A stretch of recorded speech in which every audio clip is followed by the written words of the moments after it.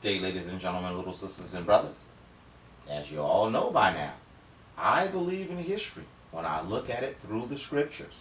In this case, to me, during the exact same dispensation period, the Sumerians claimed their gods cloned mankind to work for them.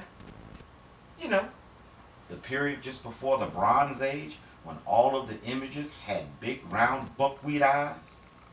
Well, the tail end of that dispensation is the same period of time the scriptures attest the Rodans were multiplying men at the behest of Sor as well. As you also know from our last two history series, I believe the Bronze Age collapsed. Thus, the multiracial slanted-eyed clone beliefs were the evildoers' first attempt at the perfected product we see before us today. Stay with me, stay with me. With absolutely no room for error. If I'm correct, two conventionally unexplainable genetic phenomena, meaning two situations that cannot be explained without saying, "What?" must be present for the entire world to see, or I'm nothing more than a dirty, stinking liar. And you know that's what y'all want to know. The first is being clones. Come on, computer. Come on, baby. All right, we'll stop. I'm gonna stay with it. I'm gonna stick with it. I'm gonna stick with it. Stick with it. The first is being clones. That can only mean everyone on Earth are descended from only a few DNA master sources, starting during the Bronze Age, a feat that would be genetically impossible in a normal boy meets girl world.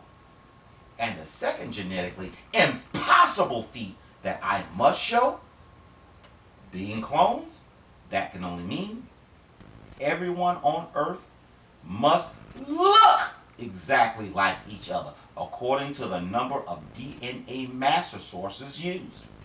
Example meaning, if they only use 10 European master clones, there should only be 10 different facial templates for Europeans with only variations between each of them. Same thing for the Chinaman, same thing for the Indian man, and same thing from the African, etc. Well, today's video and the blurry images provided are designed to prove my theories correct.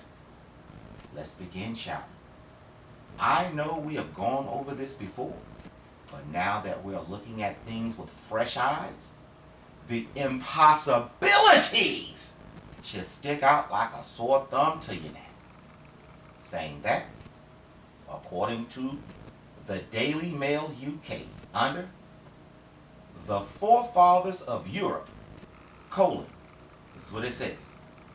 2/3 of modern European men descend from just 3 Bronze Age leaders. May 15th, 2015. Listen closely. Quote, more than 60% of males in modern day Europe descend from 3 Bronze Age leaders. Not their ancestors go back to Paleo or Adam and Eve. Notice they already admitted, no, that's not it. They said they started in the Bronze Age.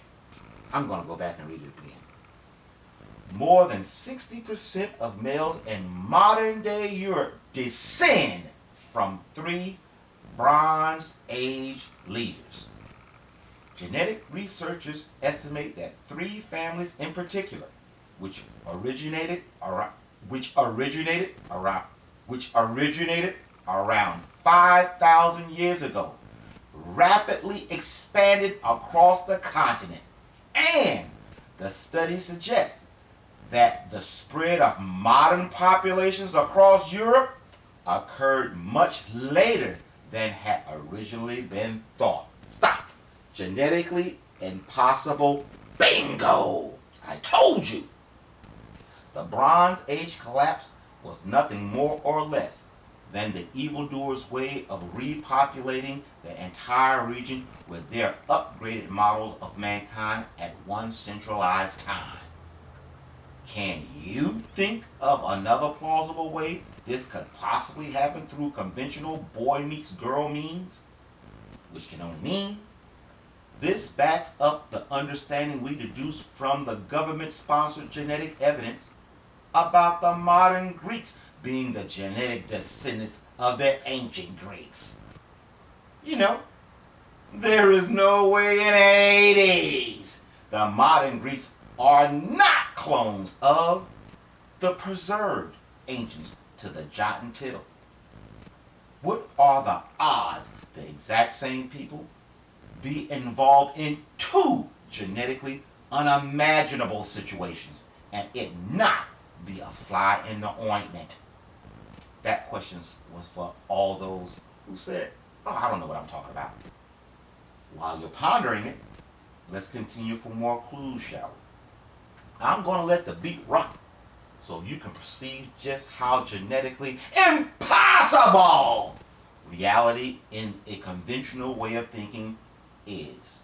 Quote, Professor Mark Joblin, a geneticist at the University of Leicester, who led the research, said it was likely the forefathers of the three main paternal lineages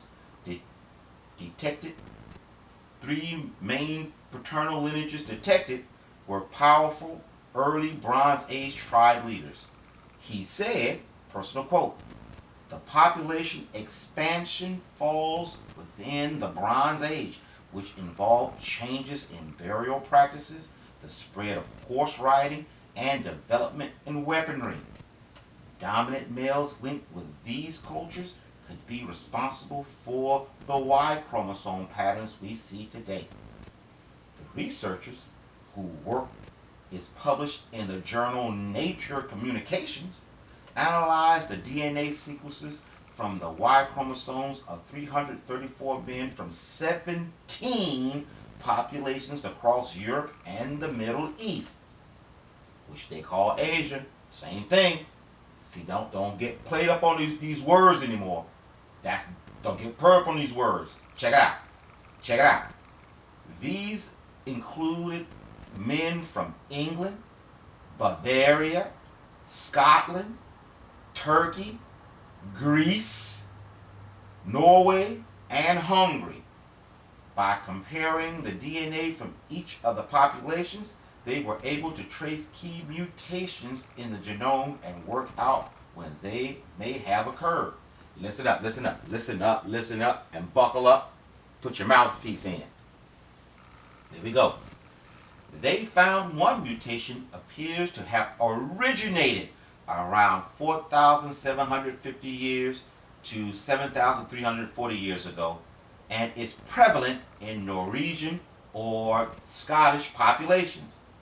Another mutation seems to have occurred between 3,700 and 6,500 years, which is 840 years apart, ago, and has spread throughout Spain, Italy, France, England, and Ireland.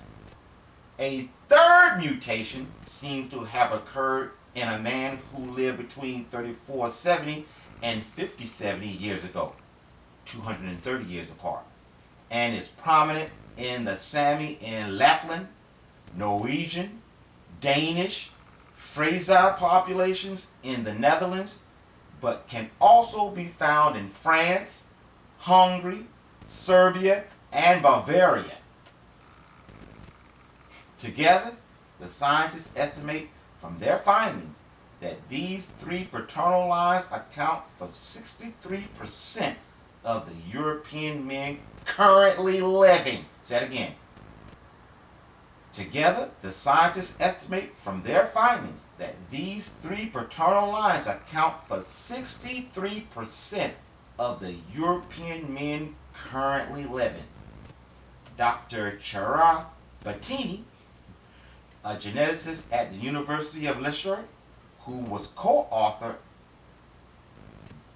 who was co-authored the Bronze Age study, said, this is what she said: further research could help scientists and historians understand what led to the spread of the three Bronze Age families across Europe. I already know. The scriptures already told us. Exactly. And backed up with the understanding of the, what do you call it, the Raphaim, you know what I'm talking about. Them cats that, in the first video, they had the trade routes. Them and the Gamaetes who went into Africa and got us. Yeah, y'all know what I'm talking about. Y'all know what I'm talking about. But this is what she said. Personal quote. Given the cultural complexity of the Bronze Age, it's difficult to link a particular event to the population growth that we infer. She's basically saying we don't know how this happened. We know how it happened. They clones. But this is what she said. I'm going to read it again. Given the cultural complexity of the Bronze Age, it's difficult to link a particular event to the population growth that we infer. She added that other research has suggested some of the lineages appear to have originally migrated from the steppes near to the Black Sea. What? She added that other research has suggested some of the lineages appear to have originally migrated from the steppes near the Black Sea. Example, bingo. As you can plainly see, there is no way in Hades this genetic enigma could happen through natural hoochie-coochie ways. Talk about being gigolos. No, they clones. And just like our earlier history series attests, it was the Black Sea Clone Factory in Asia that was fully functioning and operational, producing all of our Bronze Age bingos we discovered earlier.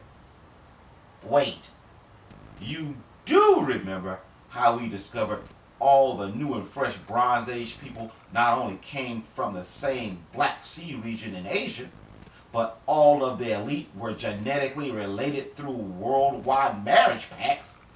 You remember that, right? Yep. Everyone from certain Egyptian dynasties to the Hindus to the Hittites, the Assyrians to the Iranians to the Babylonians, all came on the scene together, were related, and came from the same Asian Black Sea area. But because I'm colored, you probably conveniently refuse to remember the information. That is why I thank the Most High that He allowed me to see this more updated version. According to vetted